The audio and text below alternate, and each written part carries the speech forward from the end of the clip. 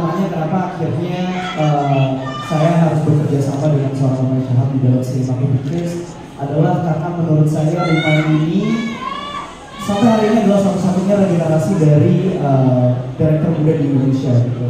Dan menurut saya orang seperti Mama ini harus diberi dukungan yang penuh, didukung oleh tim yang bisa menyokong ini juga visinya Umat. Dan saya pengen jadi orang yang bisa melihat itu dan bisa membantu Umat memfasilitasi untuk bisa memajukan industri film di Indonesia. Yes. Terus gimana akhirnya kesannya selama ini kan kerjasamanya di depan layar, tapi di belakang layar nih debat kreatifnya seperti itu menarik sih, itu satu hal yang menarik untuk bereksplorasi, satu hal yang ternyata juga baru saya sadari bahwa ternyata bekerja dengan teman itu ada suka dukanya juga gitu ya, karena kan memang tadi Umay sudah sebutkan gitu, kita sudah berteman dari dulu, walaupun mungkin dulu gak berteman, Umay benci sama saya. Tapi maksudnya seiring berjalannya waktu semakin dewasa kita semakin dekat karena mungkin punya masa kecil yang kurang lebih sama, dan ketemu di program sebelumnya bersama teman-teman yang lain, dan sekarang kita merasa bahwa harus ada yang mulai, ini harus ada yang regenerasi lagi, dan kalau bukan kita orangnya siapa lagi? Yes, itu dia. Ibarat kalau tadi karakter Umay kan utama mainnya, kalau karakternya Iqbal Ramadan di Perayaan Mati Rasa ada udah boleh di-stream belum seperti apa? Sama, kita tunggu tanggal mainnya. Tadi apakah akan ada teknologi baru yang mungkin akan dijadikan tema atau akan diangkat di film-film sinematik? Kalau saya percayanya sebuah karya yang baik itu karya yang bisa merefleksikan waktu kapan saat si karya itu tuh dibuatnya gitu. Jadi kalau sebenarnya hari ini kita ngomongin tentang hari ini, ya kita nggak bisa memikiri kalau teknologi itu, Internet of Things, dan semua hal-hal yang terkesan sama kreatif itu memang mau tidak mau semuanya sudah sangat menempel gitu dengan kehidupan kita sehari-hari gitu. Jadi itu bukan sesuatu yang harus dihindari, bukan sesuatu yang harus ditakuti, tapi justru bisa jadi sesuatu yang malah dikedepankan dan di-embrace gitu untuk dibahas. Untuk menjawab pertanyaan yang buat saya tadi, apakah menjadi produser lagi atau menjadi sutradara? Jawabannya, saya suka mengenalkan diri sendiri, saya suka mencoba hal baru, jadi tidak menutup kemungkinan untuk punya jawaban iya saya mau lagi. Tapi yang bisa saya kedepankan adalah ini satu juga belum jadi, Mbak. Saya mau fokus dulu benar-benar menyelesaikan dan juga memastikan bahwa ini bisa jadi platform pembelajaran juga eksplorasi kreatif, terutama buat saya pribadi, thanks to Umay dan juga Cinema Pictures.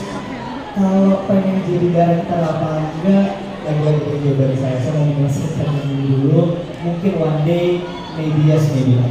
Oke, karena pertanyaannya, karena kalau urusan penayangan dan lain-lainnya ini Brindan bisa lebih jawab. Tapi kalau aku mungkin akan jawab pertanyaan kedua bahwa kita berkarya bukan tentang lihat momentumnya, tapi lihat kepada jujuran apa atau keresahan apa yang lagi pengen kita bahas dan kita amplifikasi isunya gitu. Jadi bukan tentang momentum dan lain-lain. Kayak gitu sih. Umay, terima kasih. Prini, silakan sebagai produser dan sebagai aktor. Oke, setiap film itu pasti punya strategi penayangan yang beda-beda, tergantung genre dan digital platformnya, dan tergantung juga pasarnya gitu. Kemarin ketika berhenti di jaraknya 4 bulan karena waktu itu adalah waktu penayangan di digital platform adalah waktu yang menurut kita paling pas untuk tayang di saat itu. Itu karena ada diskusi internal kami di marketing. Nah nanti di tahun depan kita akan melihat bagaimana filmnya udah jadi, terus marketnya akan seperti apa, dan itu akan menentukan tanggal tayang di bioskop, akan menentukan tanggal tayang di digital platform. Jadi itu semua akan tergantung bagaimana kita akan melakukan marketing di tahun ini. Nah saya tambahin pertanyaan kedua. Saya sebagai produser itu percaya perempuan dan laki-laki adalah equal, kita sama gitu. Jadi walaupun kayaknya film-film yang box office itu menunjukkan isu-isu perempuan, tapi menurut saya isu-isu laki-laki juga tidak kalah pentingnya gitu. Makanya kita ada film Perayaan Mati Rasa yang nanti ceritanya juga lebih mengedepankan tokoh laki-laki. Bolehkah sekali saja aku menangis? Menurut saya karakter saya dan Dika punya konflik yang juga sama-sama penting gitu. Jadi kita nggak memilih, oke, karena mungkin perempuan di Indonesia lebih banyak dan kayaknya perempuan akan lebih datang ke bioskop, ya udah semua konflik perempuan aja. Saya sebagai produser nggak mau kayak gitu. Jadi isu yang diangkat tuh nggak mementingkan gender, tapi lebih mementingkan isu apa sih yang pengen kita kedepankan. Misalnya isu anak pertama atau misalnya isu pendidikan, atau misalnya isu kesehatan mental. Jadi lebih ke situ, nggak mementingkan genre apa yang harus menjadi di depan. Karena menurut saya setiap karakter itu penting, mau laki-laki ataupun perempuan.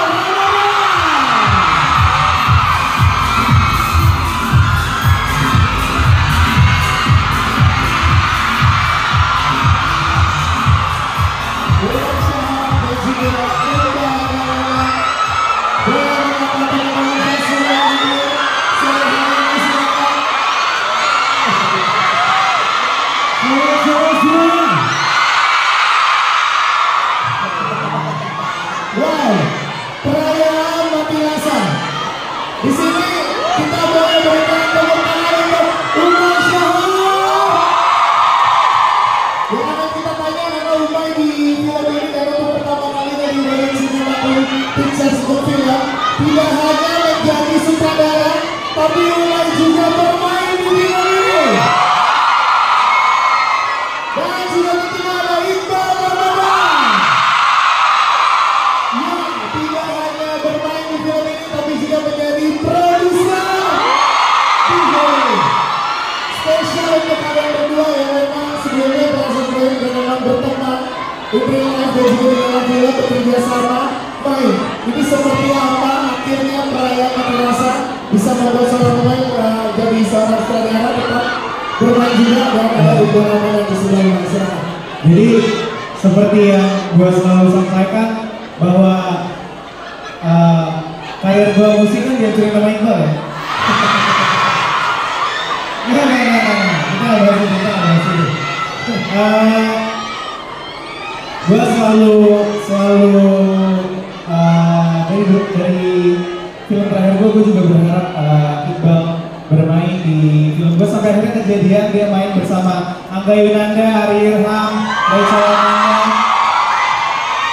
Walau hanya satu scene dan harga pertemanan supporter saya, tapi intinya gue sangat amat senang banget dapat kesempatan hari ini bisa kerja sama Iqbal dan main juga di iya. Bukan pokoknya intinya gue sangat amat senang Iqbal aja selesai ngomong. Cinematic Pictures adalah PH sendiri ya, jadi saya punya kebebasan untuk explore lebih lagi gitu. Dan saya kan juga orangnya tuh suka banget tantangan, jadi sempat melihat karakter-karakter sebelumnya apa sih yang belum pernah gitu, emosi apa sih yang belum pernah dirasakan gitu. Terus akhirnya muncullah cerita Boneka Sekali Saja Untuk Menangis. Mungkin dari judulnya kalian akan ngira Prilly paling nangis-nangis lagi seperti film-film sebelumnya. Cuma di sini karakternya kita bikin beda banget, seperti yang mereka bilang. Selalu ada revisi-revisi dan ide baru setiap harinya. Jadi setiap saya ke kantor, terus kita meeting Boneka Sekali Saja Untuk Menangis, pasti tiba-tiba ada ide baru, terus kita rubah lagi ceritanya. Bahkan pernah juga kita rubah keseluruhan ceritanya ya Kak. Sampai akhirnya kita menemukan premis dan sinopsis yang terbaik menurut kami, dan akhirnya udah siap untuk ditulis skripnya dan sebentar lagi akan kita produksi dan ditayangkan ke kalian semua gitu. Dan untuk mencoba hal baru itu selalu hal yang menyenangkan untuk saya gitu, kayak tadi sampai harus ketemu dokter untuk merubah penampilan, terus juga ada emosi-emosi baru yang mungkin belum pernah saya rasakan sendiri di dunia nyata, tapi gimana nih harus ditampilkan gitu sebagai aktor, apa yang harus dilakukan gitu. Terus akhirnya bisa bersanding lagi bersama Mas Dikta yang kalian pasti iri ya? Iya.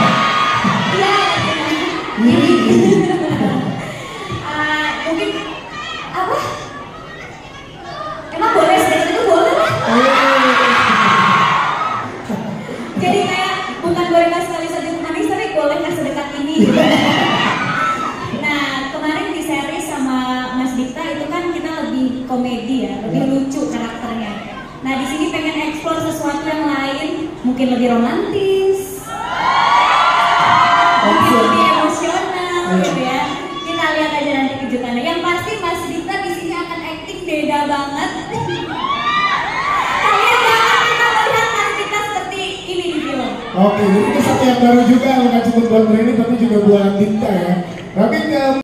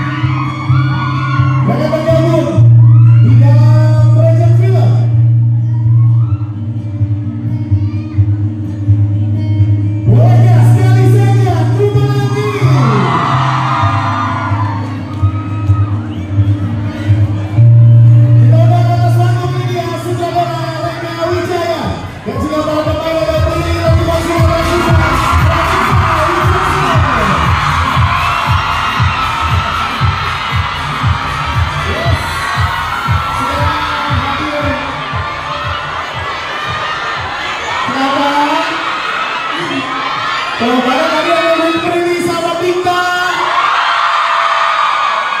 silakan sini dan tergabung bertiga di sini. Bolehkah sekali saja kurangnya sih sangat luar biasa. Selamat tadi dan kita umumkan buat teman-teman yang hadir di sini terkejut dan pun terkejut dengan proyek selanjutnya dari Cinematic Pictures. Sekarang kita mau ngobrol langsung. Mungkin yang pertama akan ngobrol dengan Mas Reka Wijaya sebagai sutradara. Mas Reka, menarik di tahun 2024 ini bekerjasama dengan Cinematic Pictures. Jadi gimana, boleh ceritain ke kita dong, ke teman-teman media dan juga ke tamu undangan yang hadir. Awal mula saat dikontak Cinematic Pictures untuk menyutradarai film ini, silakan. Sebelumnya terima kasih teman-teman. Assalamualaikum warahmatullahi wabarakatuh. Selamat sore. Selamat sore dan dari. Oke, jadi sebenarnya saya bertemu dengan Uma itu udah lama banget, jauh sebelum COVID dulu. Iya. Lagi itu kita ngomongin proyek film. Iya, oke. Sabar, kita ngobrol dulu ya, bentar ya. Ini lagi ngomongin Dita ke kalian kan.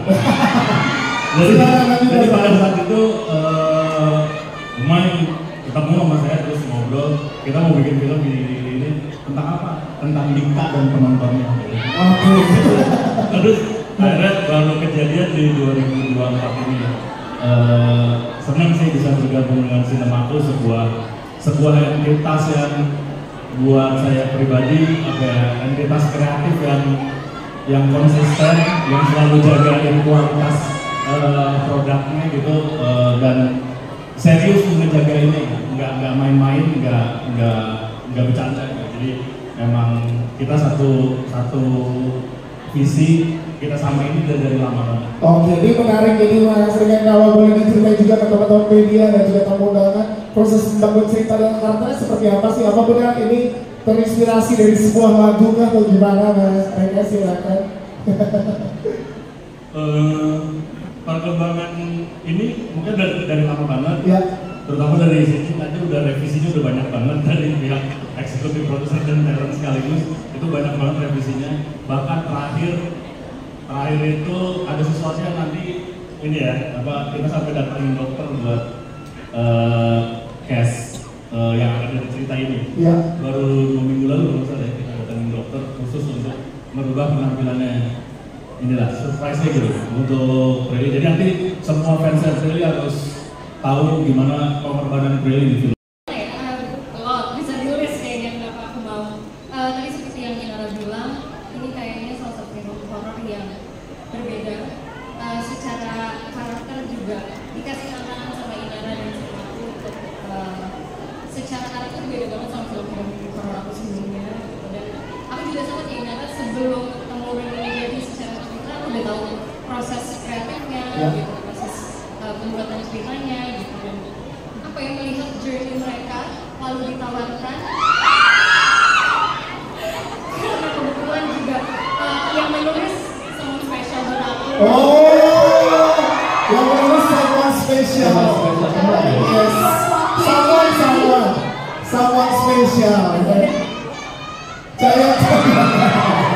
Oke. Itu dan salah satu cita-cita aku sebenarnya digarap sama perempuan, dan ternyata digarap pertama kali oleh Inara Syarafina. Aku dapat Inara sebagai kakak perempuan aku, jadi it's apa ya, menyenangkan sama Brian juga. Jadi ini kolaborasi yang diimpikan juga lah untuk sama yang satu ya. Gitu, walaupun sebenarnya di tahun ini aku agak kayak, aku banyak yang udah mulai protes dengan typecast aku di horor, tapi dengan sinema aku nggak mikir 2 kali.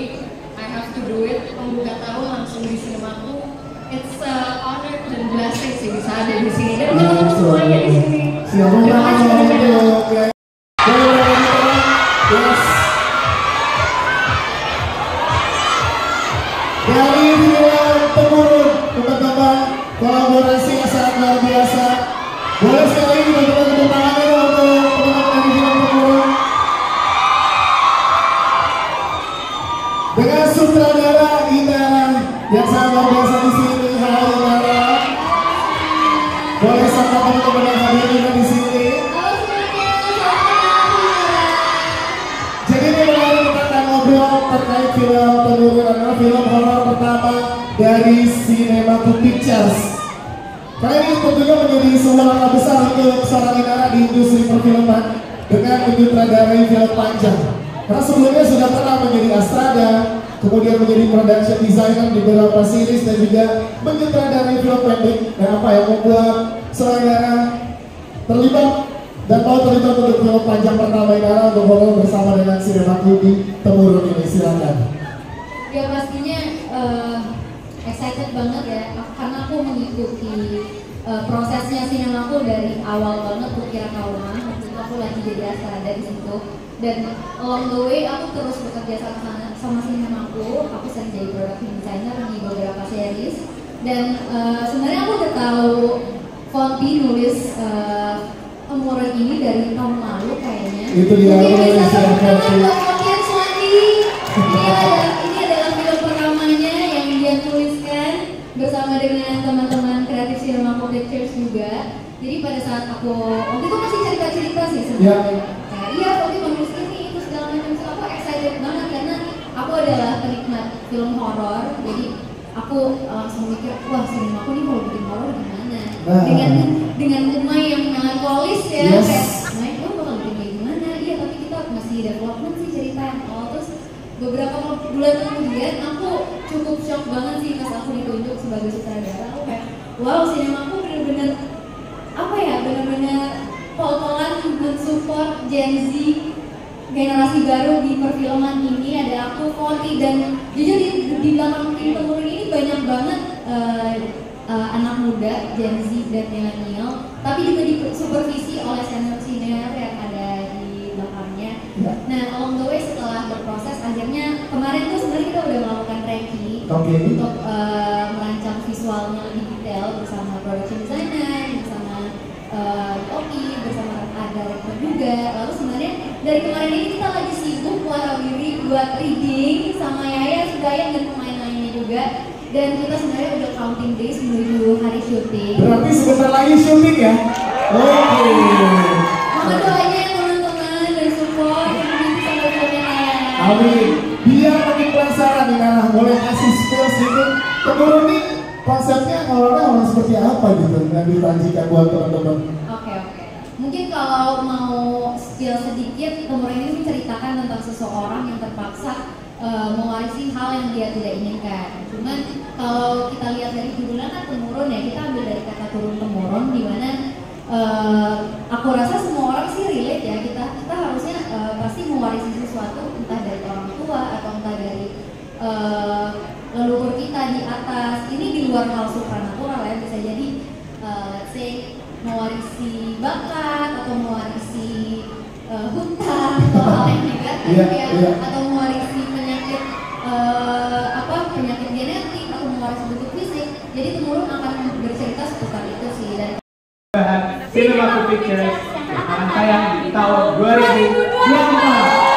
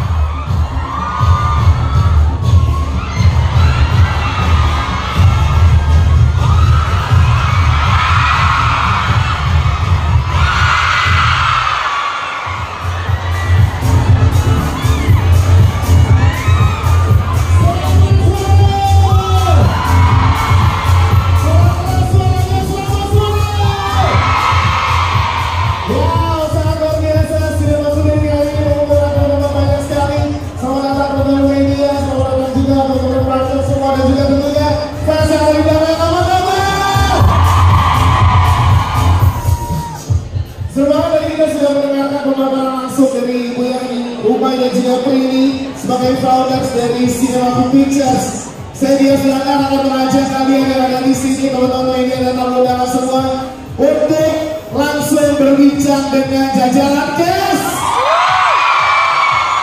Kita masih apa dulu? Coba kita kasih yang ada di sini. Mana siapa yang mau duluan ikut? Yang mau berani kali jasa, yang ingin berani kembali, yang sami jasa. Wah, ini sangat luar biasa buat teman-teman yang ada di sini. Jadi udah di spill siapa-siapa aja sutradara dan juga para pemain yang terlibat, dan juga buat teman-teman yang ada di sini. Nanti kita juga akan ada games buat kalian, buat teman-teman fans akan dapat poster dan juga merchandise eksklusif bertanda tangan pemain dari Cinemaku. Jadi siap-siap ya, tapi sabar dulu. Baik, untuk teman-teman yang ada di sini, ini sesuatu yang akan kita munculkan pertama buat teman-teman di Cinemaku Desa ini adalah sesuatu yang baru dari Cinemaku. Dimana biasanya Cinemaku terkenal dengan beberapa film dramanya yang bikin nangis-nangis, benar? Ada yang dari film pertama Cinemaku sampai dengan film terakhirnya masih jomblo ada? Yang nangisnya masih sendiri? Mudah-mudahan tahun ini nangisnya ada pundak yang siap bersandar ya. Amin ya. Namun di tahun ini Cinemaku juga memberikan sajian yang berbeda dan istimewa, yang seperti tadi Umay Syahab bilang, untuk ikut mewarnai industri perfilman Indonesia.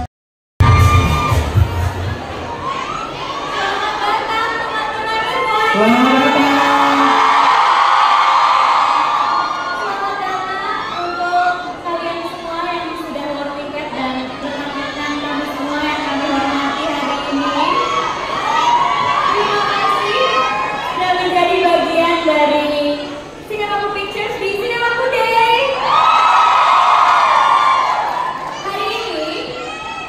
Hari ini akan menjadi milestone Cinemaku Pictures di industri perfilman Indonesia dengan proyek-proyek terbaru dari Cinemaku Pictures. Dan pastinya saya sudah tidak sabar sekali ingin membagikan kira-kira proyek apa ke depannya yang akan kita kasih tahu kalian. Siapa di sini yang udah penasaran? Serius banget kita ya? Halo semuanya. Siapa yang udah gak sabar ketemu Iqbal Ramli?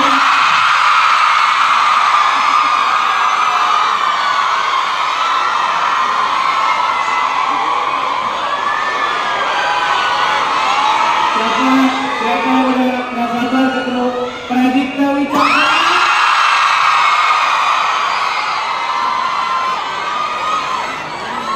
Oke, ini kenapa kalian gak sabar ketemu gue? Gue yang bisa tanya. Gue yang bisa tanya.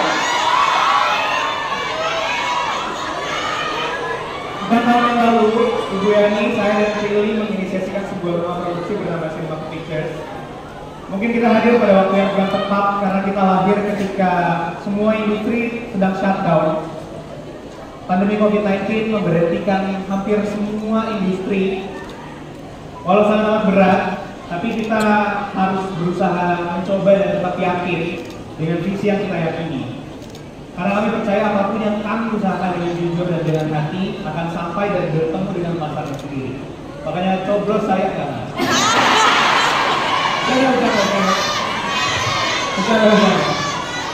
Sebagai production house baru yang memiliki visi memberikan ruang bagi talenta muda untuk bisa berkarya dan berkolaborasi, kami mulai dengan langkah kecil. Visi ini juga tercermin dari resources awal kami yang melibatkan anak-anak muda termasuk saya dan Prilly. Prilly masih bisa dihitung muda? Masih dong. Masih. Dan juga para Gen Z yang sekarang menjadi bagian dari Cinemaku Pictures.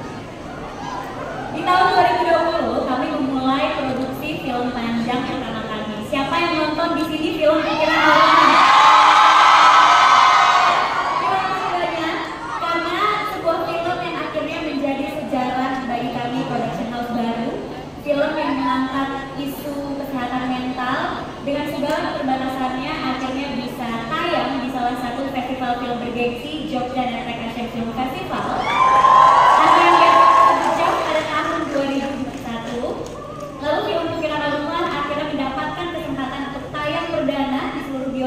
Indonesia pada tanggal 3 Februari 2022 dan meraih 2.220.000 penonton dengan kapasitas kursi bioskop yang pada saat itu hanya 50-70% karena pada saat itu lagi COVID-19 ya.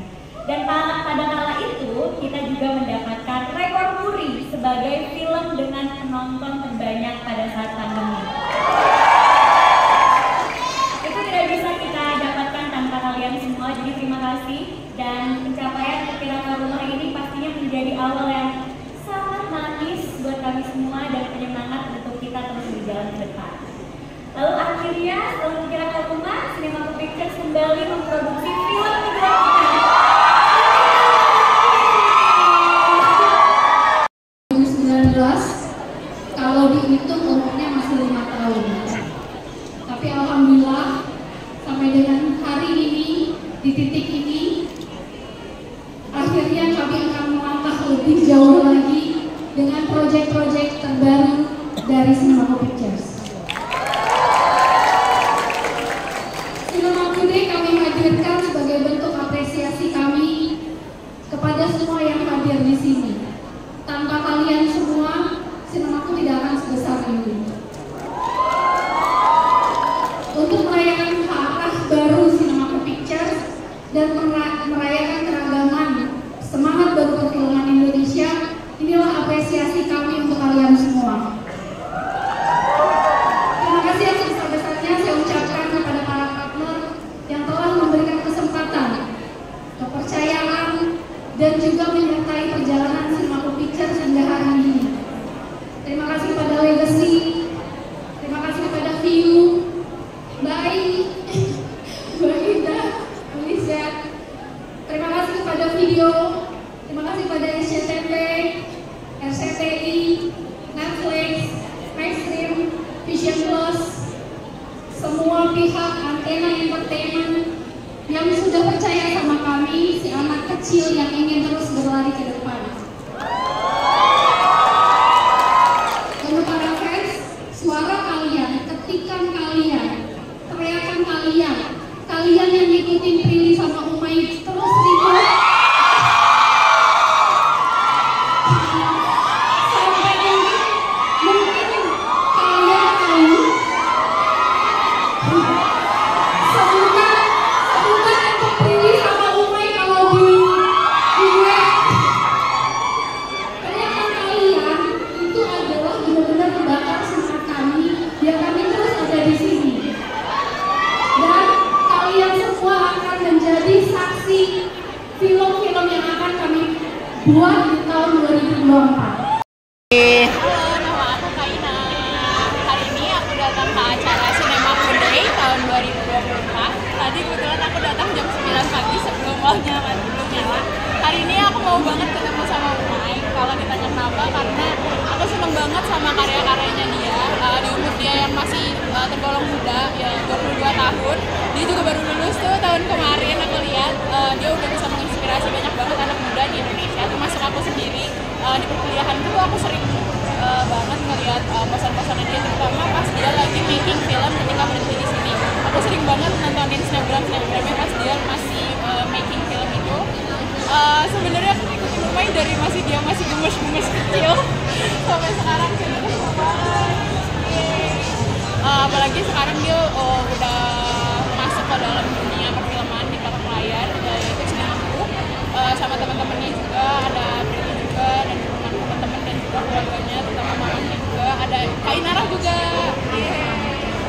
Ceritain dong sampai bisa ada di deretan awal nih tuh, sampai yang di bawah di ujung sana gitu kan.